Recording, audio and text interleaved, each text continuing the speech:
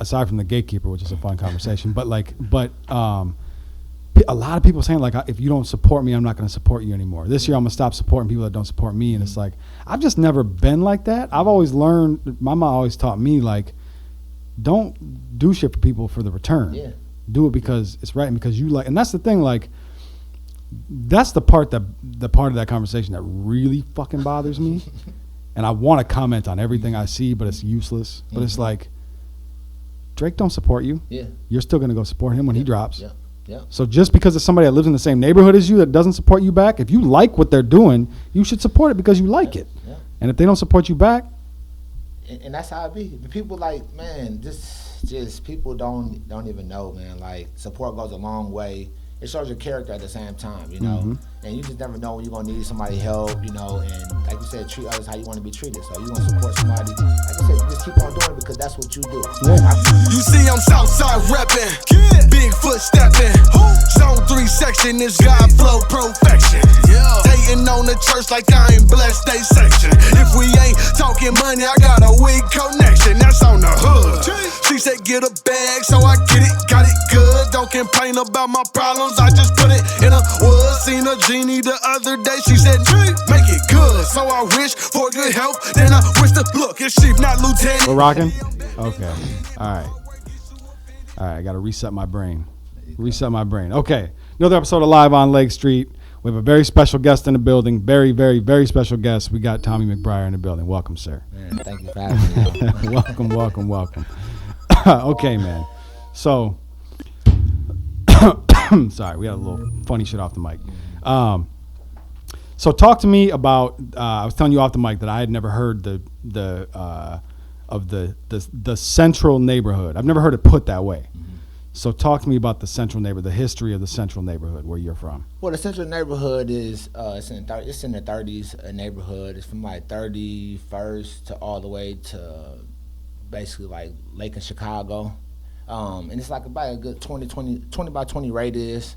It's the first black. It was the first black neighborhood in Minneapolis where people could own houses and own businesses and stuff in Minneapolis. It's the same neighborhood where Prince went to school at.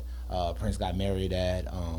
It was a high school called Central High School back in the day where predominantly black people would live there and things. I mean, black people went to the school before they closed it down and stuff like that. So yeah, so it was like the perfect calling for the George Floyd rise, you know, because it was a neighborhood that was really intact with each other. That had that small town feel where you go by their last names, by everybody knew about each other by their last name and things like that. So when this happened, we just came together as a neighborhood, as a community. Yeah. And so you really stepped. I mean, I know you've been a community leader, but like you really stepped up at that time and kind of took on a role. I'm curious about like what kind of led you to, I got to go outside and kind of take over. Like, what was the thought process for you once you saw George Floyd get brutally murdered on camera and you saw people start to flood the streets? What made you go, all right, man? It's I just step like up. It's like everybody that I knew, from business owners to friends, they all looked at me. They all looked at me as a leader already. So they're like, "Hey, man, what you doing, man? Like, you know, you can't let these people come in and control the neighborhood. Right. You know, they got people come with their own microphones and stuff. Like, you got to control it." So me being a leader, I stepped up in my calling, you know, when it came to talking to the interviews, leading protests, just getting stuff more coordinated where, you know, people talk one time on the mic, the whole little nine, even doing demonstrations where we did the roles of how George Floyd was lynched and murdered. We just we reversed the roles by having a white guy on the ground, having 3 black guys, and sit so they could see with their own kind, with their own eyes, you know, so. It's real impactful. Yeah. What was the reaction to that physical representation when people saw that? Was it? I mean, did you see anybody go like, "Oh wow, oh yeah, now yeah. I get it"? Oh man, people was crying, man. People was crying, like, cause they know like it ain't right. You know, right is right, wrong is wrong, no matter what. And that's where we just got to get to life at. No matter if you're a Republican, Democrat, no matter what, right is right, wrong is wrong, and that was wrong. You know. There's no need for somebody to put their knee on somebody's neck when you already got their hands behind their back and you got 2 other people on them. You know, so what's the point you want to prove now? So right after that, you see everybody run up to me, "Hey man, we want to do an interview with you," and that's when, like Channel 5 and Channel 9 reached out to me, and they was like, man, my daughters was here and they was touched by your stuff. Like, they was crying, you know, so they was like really moved by it. Yeah. That's great. Yeah. That's I mean, it's great and it's not great. I mean, what, you know, how it came about isn't great, but great that you had that impact, or still having that impact. So one thing I'm curious about is, were you able to watch the entire video, the George Floyd video? Nah. Hard to watch. It was hard to watch, but even the trial was worse than even the video. I didn't watch any of the trial. The trial was just like more like, dude, it was like, you seeing like when he got up into the ambulance, like the whole little nine. It's the crazy part about like the officer had his knee on his neck, and then when the ambulance come, he still stayed on his neck. And then, you know, the ambulance almost got to tap him like to get him off, and then he wants to help him onto the stretcher. That's the whole like, dude, like how cruel can you like be like as a human sometimes, man? Like, yeah, that was a real. I mean, we've seen tons of examples of brutality, police brutality, on black bodies, but that one was like I just remember thinking like, how are they gonna spin this? How is this gonna get? Because when you watch, it's like there is no way to justify it. There's nothing here that you could be like, well, maybe. There's nothing, not a single instance where it's like, well, maybe it was this, or maybe like he murdered him, slow murdered him, like. And it's crazy because we still feel like he was still gonna get off. Out of all the evidence, all the cameras, we still was like at the trial. I did. Like, he might not get off. He's gonna get off, you know, and that's the crazy thing about life, man. I for sure thought I thought they were gonna hit him with some bullshit charge, and then they were gonna give him time served, and he'd never see a day in prison. That's really what I thought was gonna happen. I was waiting for that to happen. So to be real, like when they announced the verdict, even though I don't necessarily think he got exactly what he deserved, You hear me? bro, the emotion that I felt, completely unexpected. Right. Like, not that it's not an emotional situation, but like, bro, when they announced that he was going to prison, like, I'm feeling it right now. Yeah. Like the feeling, I was listening to it on the radio while I was driving. It was just like, I had to pull over. Like, bro, I was like, I'm talking like crying. And it's a weird situation because you can't really pinpoint exactly like what it is or why that emotion is happening. Right. Afterwards, you can kind of look back at it and be like, okay, this is years of seeing this shit not go the way that it's supposed to go. Too many times. And now it's like, Too many times. thank God. Too many times. Did you feel like it was, how did you feel about the verdict, the final verdict? Did you feel like he got what he deserved? Did you feel like it should have been worse? Man, we're gonna take what we can get, you know. Yeah. I was hoping for 20 plus. So yeah, as long as we got 20, I was good with that. Like, okay, 20 plus, whatever. But like I said, there's people that's locked down for non-violent crimes, drugs, longer than 20 years. You know, so it's just it's the system. You know, it's the system, and I don't know how many times we're gonna keep on blaming the system, knowing that we grew up in this system called America, and that's what America is. You know, you're a threat to be black in America. You know, it's just that. So, the reality. Yeah. Yeah, no, that's facts. That's definitely facts. So, they could have given him the death penalty. I'd have been happy with it for real. But it did feel like it felt like a step, felt like a step in the right direction. However, it's hard not to be like, you know what? They had to do this. Yeah, they had to. They had to. Yeah. Because if he would have walked, the shit that happened after George Floyd was murdered, it would have been that times 1,000. It would have been. You hear me? Would have been scorched earth. Man, it's another smack in my face. But like I said, like a lot of the leaders in the neighborhood, they say it's still not just because George Floyd died. You know what I mean? So it's a life. No matter what. That's a life. That's a mother that lost her child. That's a child that lost her father. Like that's, you can't. 20 years in prison don't rectify that. You can't rectify it, really. You can't rectify it. Not at all. Yeah. Now, obviously, then the pain of the daughter. You know, the daughter could say, "Well, how did your dad die?" You know, it's from the police. So another kid growing up saying "F the police" because why? They have a history of killing us. You know. Yeah. No matter what. So. Yeah. It's tough shit, and that's why. I mean, I'll ask you since you're the interviewee. I've always felt like, and it's probably not even my place to say, but it is my opinion that I think, even though as much as I think, you know, Martin Luther King Jr.'s movement was great, it seems like something a little more drastic, more along the lines of the things that Malcolm were talking about, might make more sense. Yeah. You know what I mean? And I think that's kind of what we saw. We saw a little more Malcolm than Martin There you go. during that uprising. You know what I mean? It was like, we're done with this shit. Yeah, yeah. It took a little bit of both. Yeah, we had, for sure. Had the Malcolm sitting in the back trying to figure out trying to get some George Floyd laws and stuff like that. Then you had, the people. You know what I mean? You Yeah. know, and that's what represents the United States is the people. You know, Yeah. so. And the people gonna have the last say, so no matter what laws and regulations, what system and stuff like that. Man, the people gonna do what they do. So, Yeah. So when you during all of the commotion and all of the burning shit down and looting and whatever, the marching and all that stuff, there was a lot of talks specifically on the news networks about what do you call them, the actors, the people that were showing up just to cause shit. Did you see any of that?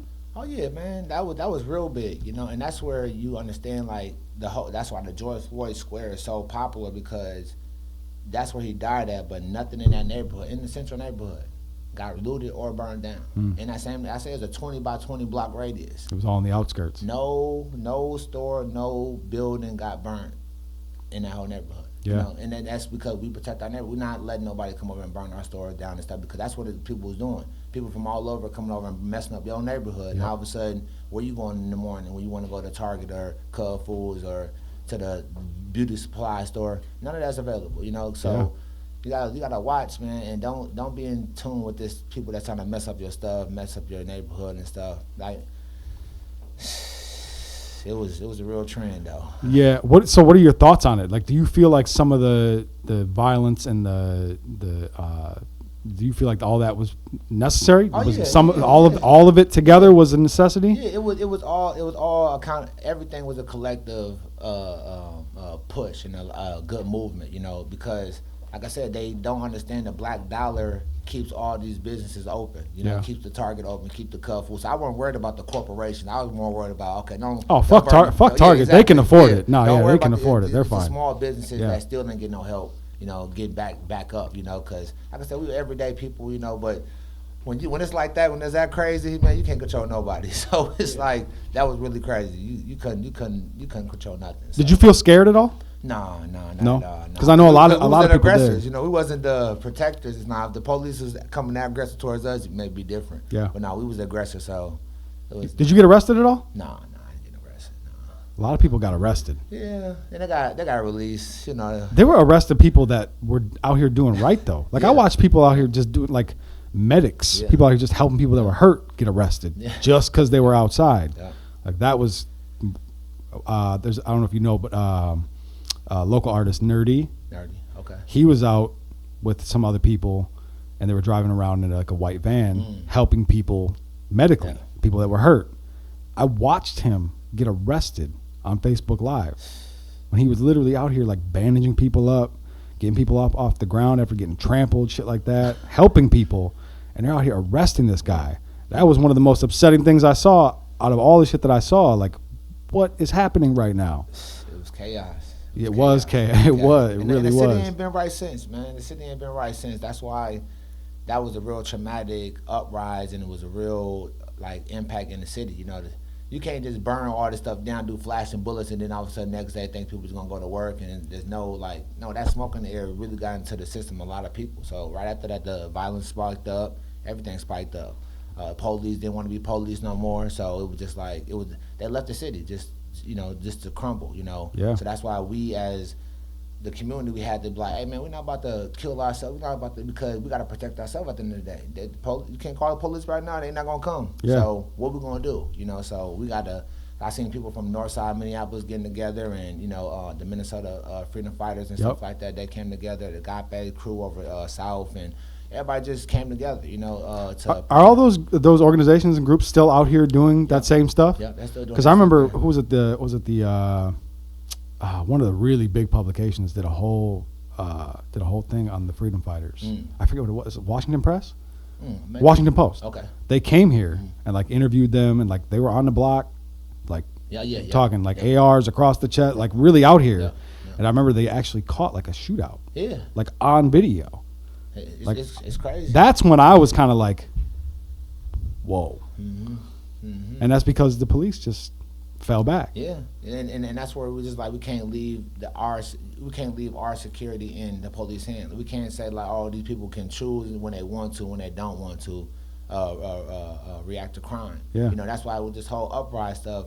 Here you go, you take away the police, and then they say the statistic. Oh, the crime went up 250%. Oh, robberies went up 150%. Well, if you take away the police, what do you think is going to happen? You know. Yeah. And like I said, we never, ever since the Ice Cube days, we always saying F-12 and things like that, right? Yeah. But y'all still had to be police, no Yeah. matter what. Y'all signed up for we are taxpayers. You got to do your job. Still your job. So that's where it's just like I didn't respect the Minnesota Police Department after this stuff, and they just really messed up the city even more, you know, because of their actions. Yeah. You can't not do your job because your actions got the whole city in an uprising. Yeah, just take accountability.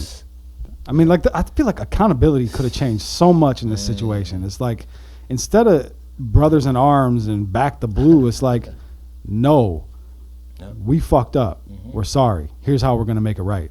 Here's what we're going to do going forward. And I'm sure there were cops out here that were on that, but like I didn't see any personally. A lot of cops left. Make yourself known if that's really how you feel. You know what I mean? And yeah, they did. And I mean, even like I'll say even this, like over here where we're at, like at all, and it's kind of weird. Yeah.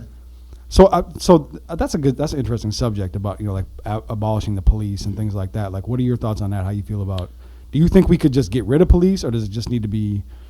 It has to be a transformer of power. You know, just like the president. You know, president come in, one president go out, but the other president teaches like little, hey, here go the Oval Office. This is how things work. You know, it got to be like that. Because one thing about it, we can agree on that the police get called for too many things. Why would you call the police for somebody jaywalking? Like I said, a fraud check. Call somebody else. You don't need to call the police. You know, with armed security. You know, things like that. So it's like giving the power back to the people, where it's like, okay, if somebody, like I said, got a fraud check, you call this neighborhood organization. Somebody jaywalking, you call this person. Any type of non-threatening or non-violent crime, give it back to the community. For sure. We can, you know, so that way you just give like more neighborhoods power, like almost have that neighborhood watch, but not be neighborhood watch. Just be more some type of community based. Yeah, that makes sense to me. And I've heard a lot of talk about, you know, like police showing up to situations where it's somebody with mental health issues. Yeah, exactly. And they're not trained to deal with that. And then that person ends up getting shot and killed because they're schizophrenic, or, you know what I mean? They got some kind of shit going on with them. And it's like, we need somebody that actually is professionally trained in that field to show up for that, not police. So have you had to kind of at any point, have you had to take on the role of police? I mean, I don't even like the name police, Jay. You know what I'm saying? To be honest, you said, like, and that's what I think about it. So when they say demolish the police, like, yeah, well, that system just in because the police is slave hunters. So it's like, why would I even want to be anything with the slave hunter? You know, even when we say, oh, you go to the police, nah, we neighborhood like de-escalation tactic. You know, just a whole different name, call it something different. Because you keep up with the same tactic, you're gonna have the same results, man. So would you be a cop? Nah. You wouldn't want to police your own neighborhood? Nah, man. Because I feel like that's a big problem too. Is like you got all these guys out here. Like Derek Chauvin ain't from fucking over here. You know what I mean? Like, and he probably fucking hates it over here. And I feel like we need it. I think we need more African American police officer for sure. But like I said, it's just the whole thing of saying a police officer. It's like if you was something else like neighborhood protection agency. Yeah, okay, cool. You know, like I said, freedom fighters and stuff like that. I like freedom fighters. That shit sounds shout out to Jamil. I ended up giving an award to this past Thanksgiving, give him an award. I give our awards and stuff too in the neighborhood. So he's one of them guys that I just authentically seen doing this thing. Okay. Got him an award and stuff. So yeah, that's dope. Jamil, this was part of your shoot hoops. Not guns, right? Yeah, this is my don't shoot guns, shoot hoops. I said that backwards. My bad. With my Tommy, first it started off with Tommy Thanksgiving dinner thing, right? Yeah. 10 years ago, I was a victim of gun violence. You know, back in 2011, and ever since then, like I really woke up and smelled the coffee, right? So I started doing these Thanksgiving dinners where people eat for the holidays, give away turkeys, give away awards and stuff like that. This year it'll be 10 years now, so I've been able to create a platform where people give awards out and stuff. So now this year, the Don't Shoot Guns, Shoot Hoops, I'm like, okay, I want to branch off and make it even bigger now. So we did a whole basketball event. We did it at the Colin Powell Center, had over 250 people, no security, no police, violent free. Everybody made it home safe. It was, on a Friday night, just creating a safer space, you know. Yeah. I just feel like people be scared to do stuff that they need to do, you know, like use their platform in the right way, man. So, I think a lot of people just don't know how to do it, like what the steps are. That's what I feel like. A lot of people have like these things they would like to see happen, but they don't know what the steps are. Like even like I was talking to somebody the other day about grants. Yeah. Grants are available. Yeah, oh yeah. Grants are free money. Oh yeah. You just got to figure out how to get to it. Yeah. But they're out there available. Oh yeah, they're out there. You just gotta get legit. I know people that are making a good living off of finding grants, The hosting events, and then NFL is a nonprofit. yeah, Think about that. yeah, So when you say like, how Yeah. can you, that's Yeah. how it go. Like you could be a nonprofit still make millions of dollars. yeah, for sure, billions. Billions. Yeah, you absolutely can. So I know you also recently connected with Dr. Umar. Yes. Talk to me about that. Man, yeah, Dr. Umar, met him at the Martin Luther King celebration at the convention center. Man, it was he was the keynote speaker there, so able to get a book. What I think it's called the BPA Black. Something about parent, you know, advocacy, Yep. giving you just advice on parenthood and stuff like that in the black household. So yeah, it was real dope meeting him, man. He's a real knowledgeable guy, man. Like his train of thought goes deep. You know, he goes deep, like real deep rooted. And he was just basically just saying like how we just waste a lot of money. Like we do wasteful spending, and we don't spend with a purpose. We just spend because you want something. You know, you want some new J's or something. And he was like, man, but he gives us the numbers in billions. Like we spending billions of dollars on cosmetics, $1 billion on weed, $billions on liquor, $1 billion on luxury cars and stuff. And then he just gave me a real knowledge on like, just think about a street drug person, right? You making all this money, you got all these chains and stuff like that. But all of a sudden, you live in a neighborhood that ain't got no a good park, you know what I'm saying? Not no good school in your neighborhood, not no public transportation and stuff like that. So it's like just, we gotta help the next generation because we gotta help ourselves. Like we gotta help ourselves conquer stuff so we can develop and prosper. Like that's all it's about, like not being selfish. Like you said, the gatekeeper, right? Being able to dish out stuff and help the next person, not even getting stuff back in return just because you're supposed to do it. Yeah, you know? yeah. No, that's for real, and that's been another thing that I've been seeing a lot about, because you know we talk mostly about music here, and that's been a big conversation in music aside from the gatekeeper, which is a fun conversation. But a lot of people saying like, if you don't support me, I'm not going to support you anymore. This year I'm going to stop supporting people that don't support me, and it's like I've just never been like that. I've always learned. My mom always taught me like, don't do shit for people for the return. Yeah. Do it because it's right and because you like. And that's the thing, like, that's the part of that conversation that really fucking bothers me. And I want to comment on everything I see, but it's useless. But it's like, Drake don't support you. Yeah. You're still gonna go support him when he drops. Yeah. Yeah. So just because it's somebody that lives in the same neighborhood as you that doesn't support you back, if you like what they're doing, you should support it because you like it. Yeah. And if they don't support you back, and that's how it be. People like, man, just people don't even know, man. Like support goes a long way. It shows your character at the same time, you know. And you just never know when you're gonna need somebody help, you know. And like you said, treat others how you want to be treated. So you're gonna support somebody. Like I said, just keep on doing it because that's what you do. Yeah. Like, I'm not an on and off switch, so it's not. You're gonna get my stuff authentically. Now it's my job to detach if I feel like it's not reciprocated, if it's not mutual, you know. Yeah. But other than that, man, like people be focused on the wrong stuff, Jake. no, they really do. They really do. Yeah. What do you mean by that exactly? Just like, man, like I see your Mount Rushmore and stuff like that, right? The top artists from the Northside to South Minneapolis, right? But I take it a little deeper, like what are they doing for the neighborhood? You know what I'm saying? Like what are they doing for the neighborhood? Like, and like because like a lot of them rap about gangster stuff, like you know, like they think gangster this, gangster that, right?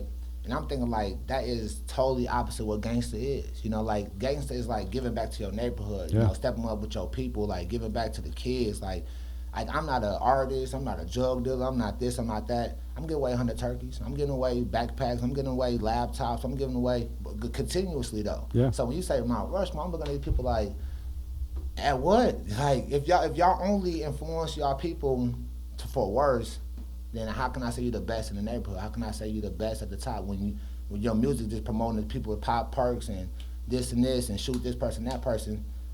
It's just the lost part. The lost part, like that's not the leader that I'm like. I like influential music. You know, I like people that like inspire. I can listen to your music while I'm working out. You know, shed a tear because I'm relating to it. You know what I'm saying? Stuff like that. But people just sending this next generation off. Like that's why I said people who focus on the wrong stuff. Like yeah, it's a great point, and it's an age-old issue. I mean, you know what I mean? We've been talking since I've been alive. This has been a conversation, and it's a tricky subject too, because you want people to be able to express themselves about their environment, the things they've been around, and if that's gangster shit, that's gangster exactly, shit. Right. But there is also a way to talk about it that isn't necessarily glorifying.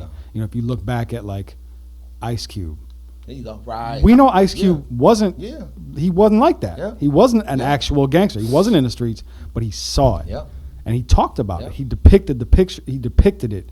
But he did have songs where he talked the most gangster shit ever and told stories about him doing gangster shit. So it's a balance. It is a balance. It is a balance. You're right. He's very passionate. So when he's like, you already a rapper, is like, but being passionate about like the right thing now. So he's like, you know, I can just play the NWA, what's the name? He talk about the issues. Yeah. Fuck the police, you know what I'm saying? Like how they vision us and stuff like that, right? And like I said, man, so just getting back to real rap. Like I think the thing about Cube is he would talk that in his music, but then you would hear him address it in interviews and public appearances and things like that, and he would explain, like, I'm not doing this stuff. I'm telling you what I see on a daily basis. So that is an important piece, is if you're going to be talking about that stuff, and we've had many people do it, but if you're going to be talking about that stuff, come sit here and explain why. You know what I mean? Don't just promote that bang, bang, shoot 'em up, pop, perk type shit. Explain why. Yeah,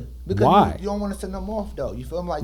Like you can't promote you promoting stuff that's gonna have these people dead or in jail or overdosing. Like so, like I said, so when I say I'm relating this, I'm hearing this music and I'm hearing about shooting and I'm hearing about perk. I done lost 35 people from gun violence. I done lost 15 from overdoses. So here I am listening. I'm like, no, that ain't. And so have a lot of these artists that are talking about it. Exactly. So it's just like but I like Juice Man, Triple X.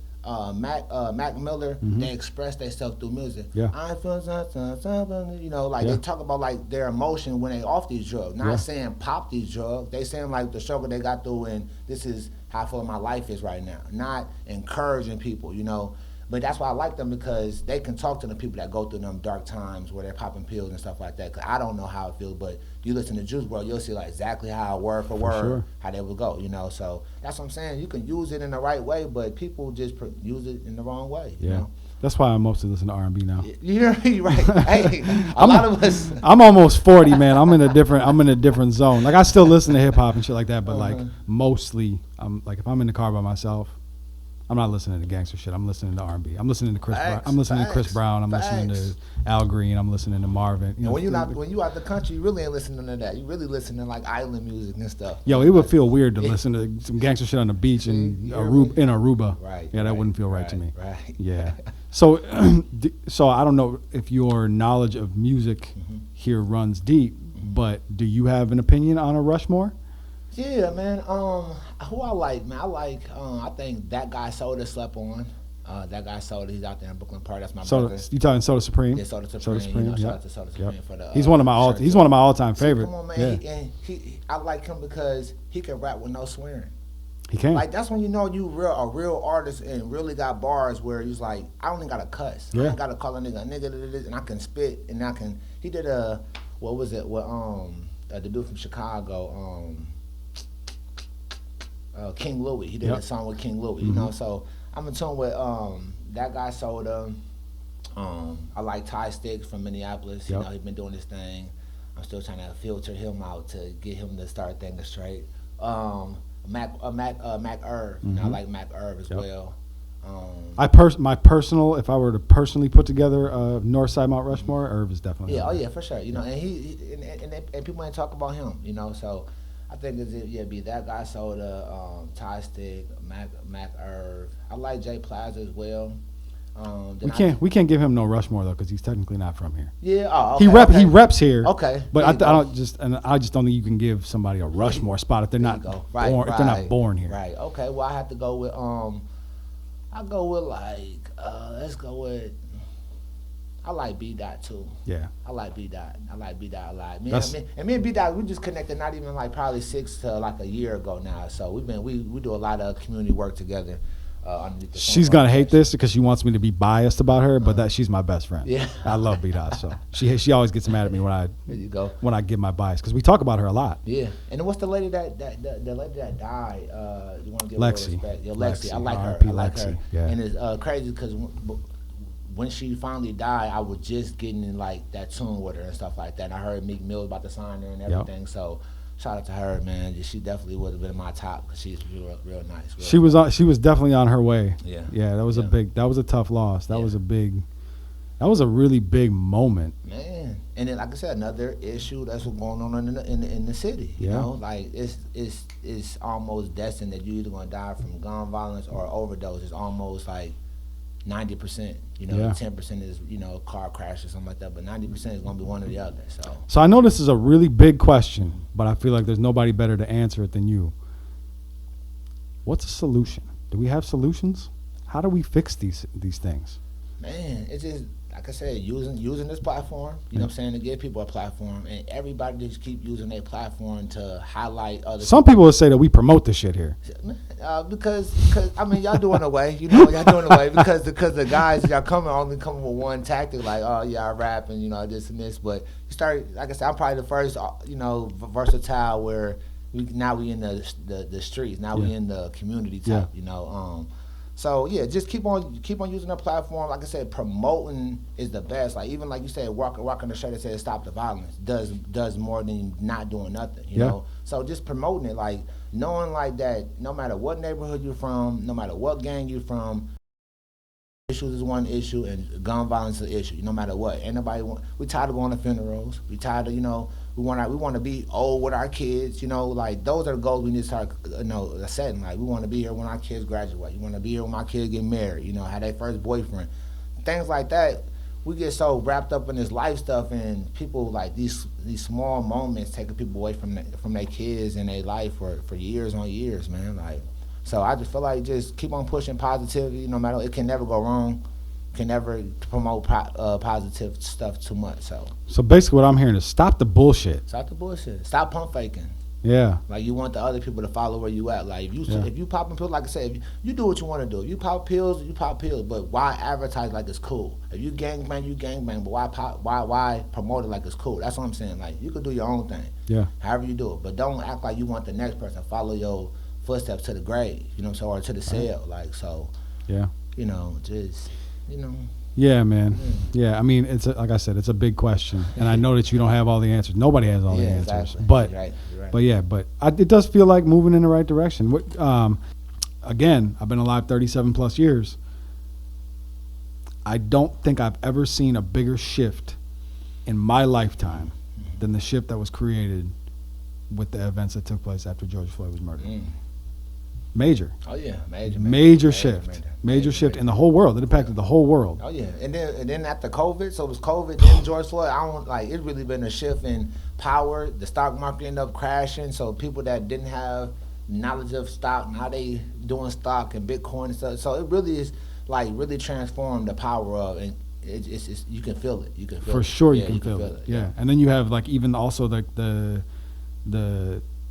shift in the world with, I don't know if it created it. I think it was maybe happening before that actually, but there's this major feminine energy out here now too. Right. Like women have really and it's killing us because women are stepping up no, fuck all of you.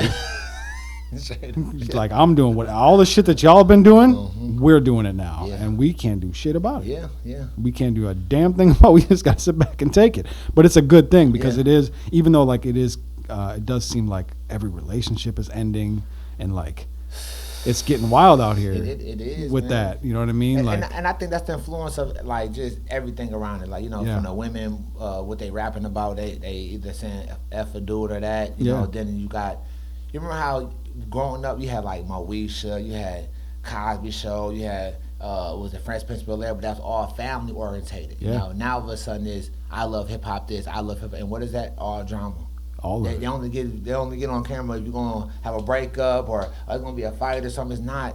they enhancing it. So now you see this in relationships. You got Summer Walker putting out stuff. She's talking about this whole dude. You got Tory Lanez putting out. He's talking about it's just like it's that. It's nothing that's bringing us together. Nothing that's saying like this is what a happy family look like. And right. Pushing us together is pushing everything out to be single. Hot girl summer. For real. Yeah. No, it's true, and it's all about the what do you call it? The zodiac signs now too, and like, I mean. Fraud. Some of it I'm like, all right, okay, like I guess some of it, but like I made a post the other day. I said Facebook post be like, I had a threesome with your mom and your family pet. What sign am I? That's really how it is. It's like what? Like what are you talking about? Like it's just so much crazy. Like I don't understand none of that. I don't get it. I don't really buy into it. But like there's some stuff. But that's the thing is like when you read a horoscope, you can always find a way to make it make sense. Yeah, it's like it's like a fortune teller. Right. It's like you're always gonna find some type of way to make it make sense. But it might make sense for an Aquarius and a Pisces and a all at the same time. You know what I mean? So like I feel like we're all humans going through the same type of shit. But but yeah. Anyways, I don't know how the fuck we got into horoscopes. But okay. So I know you also have a connection. You connected with Southside Chief during all of this as well. Can you talk to me about your connection with Chief? Oh yeah, man. It's me and Southside Chief connected because I put together this event called Reimagine 38th. Did it on 38th of Chicago. It was a make room for entrepreneurs and it's like almost a black flea market. Okay. You come with clothing, jewelry, any type of thing, and then at the same time give people an opportunity to say, okay, if you never sold anything and always felt like, man, I want to have this opportunity to sell these makeups and then see how far I go, we'll give you opportunity for that as well. So it was a real big event. We did it for like 5 weeks. On the last day, it was like a grand finale, and I had like some local artists like Ty Stick, my cousin Goodside Will. He's out there. Shout out to Goodside Will too. He cousin, man, just like that guy soda, rap just fluent, got a good library up here, non-cussing. So I set up a platform where they can perform. Chief was like, can I do my song? The last song he put out. So I'm like, yeah, he did it. Yeah. So we went there, and then later down the line, like probably like a year later, me and him, our mutual friend, well, he's friends with one of the guys that was running like for the mayor. Yeah. And he was like, hey Tommy, hey man, we need some of your connections, like can you help me like become mayor? It's really just like that. You're my missing piece that I need. And that's when I had to sit back a little bit, like, cause everybody else saying like, oh Tommy, you're gonna be mayor of the city one day, this is snap, like it's destined. So I was like, I'm looking at a guy that's running for mayor, he's asking me for help. So I was like, hey, maybe I do got what it takes and the connections, things like that to make it happen. I'm not there yet, but it just had a. That does something that you consider though. You think of? Oh yeah. I mean, it could aspire to be that. Yeah, it's like everybody around me motivates me and uplifts me and says that. So eventually, you look in the mirror and say, okay, maybe I can. So eventually, it's gonna happen naturally. If it is, it's gonna be me doing me. I'm not a politician and stuff like that. So if it is, I'm gonna just be like a Donald Trump, where I don't stick to rules. I do it my way. Right. But yeah, so I did this event with Chief and connected with the mayor, and so it was real good. Yeah. That's dope. Yeah. So are these events like is these things that are going to be annual? You're going to be doing this ongoing? Oh yeah. So the Don't Shoot Guns, Shoot Hoops, man. We're gonna what I plan on doing is take over the Midwest, the Upper Midwest, on how the it used to be the Hoop It Up 3 on 3, and the Gus Macker and stuff like that. Yep. I plan on taking over that platform. You know what I'm saying? Giving that platform, bringing it back, because you just realize how many kids it saves, you keep you active, keep you out of trouble, and then like I said, it's a fitness thing as well. Playing basketball helps your health, and is that. So we bringing that platform back. I played in the Gus Macker a couple times. Yeah, see, up there too. So you need it. Now it's like realizing it's not around. Hoop it up is not around. So it's like, don't shoot guns, shoot hoops. Revive it. No, that's good. I like that. That's great. That's definitely something that's needed. Well, you don't need to hear this from me, but I'm going to tell you anyways, just because it's who I am. But like, I feel proud that you're a leader in this community. I think you're doing an amazing job. And, when I see you out there with the bullhorn and, talking your shit and letting people know, like, your thoughts, your feelings, I feel proud of that. So, appreciate you, yeah, of course, man. Yeah. Appreciate you, man. And it's our first time meeting. So that's how you just know, like, you never know who's watching, For sure. And I always push people. One of my basketball coaches always told me, like, hey, you go to the gym, you go give it your all. You never know if there's a scout watching and things like that. So that's my mentality. You never know. That's a fact. Watching, I mean, before I even knew anything about who you were at all, I saw you on TV. There you go. I'm sitting at home in quarantine, like, I saw you. Right, You know what I right, mean? So like, right. hey, I didn't think anything of it other than, hey, that guy There you is go. out here. There you go. So yeah, man. Well, this is a fun conversation. I'm glad we could have it. I'm glad you can make it here. This won't be your last time, I'm sure. Oh, yeah. And I'm gonna still be watching and supporting, and the next event I'm gonna come out. So that way people Okay, can't be there out you here. go, there People you can't go. be out here talking about how I don't go to events. I'm gonna be there. I'm gonna hold you to it. I'm gonna bring my kids. There you go. So that Okay. way the kids can be a part of it and see it too. Because I want my kids to be involved in the community as well. Okay. So- and we got one coming up too. We got one coming up for the Easter though. So it's gonna be from fifth and sixth grade all the way up to 18 plus. So Okay. keeping it active. I got a ball player. One of my kids is a ball player too. Okay, So maybe yeah. I could Yeah, talk yes. to you. Maybe get him into one of these tournaments. Yeah, it's gonna be a 3-on-3 one. So man, come out. You know, it's gonna be at the Colin Powell Center again. So make sure we connected with the Timberwolves. I got a nice little I got a meeting with the Timberwolves in a week to see how they're gonna be a sponsor, be a partner. Of I'm boycotting the Timberwolves right now, but that's all right. okay. There you go. I'm a Timberwolves boycotter right Okay. now, There you go. but that's all right. Yeah. Cool, man. Well, shit, I appreciate your time. This is a good conversation, Yeah, most and definitely. I really appreciate it. But before we go, final thoughts, anything you want to tell the people, look into this camera, tell them where to follow you. Oh yeah, I mean, man. Follow me on follow the organization on Facebook. Don't Shoot Guns, Shoot Hoops. Follow on IG DSGSH22. Yeah, just hey, come tune. Follow me on Facebook. Call him Tommy. On Instagram, call him Tommy Mcbrayer on Facebook. So we out. and pay attention. Pay attention to what he's pay doing. attention, pay Cool, man. I appreciate it. Another episode of Live on Lake Street. I'm Jake Faircloth. Follow me everywhere at Jake Faircloth1. We out. Damn, Woody. In high school, I let it blam, Woody. I wasn't playing, Woody. I'm coming straight out the south. Hey, genius, best watch your mouth. When I put up on P&B right, then ain't he come out. You moving ounces, I just moved 100 things in a drought. You want the south side, outside the fence of your house. You talking all that, then wanna come talk it out.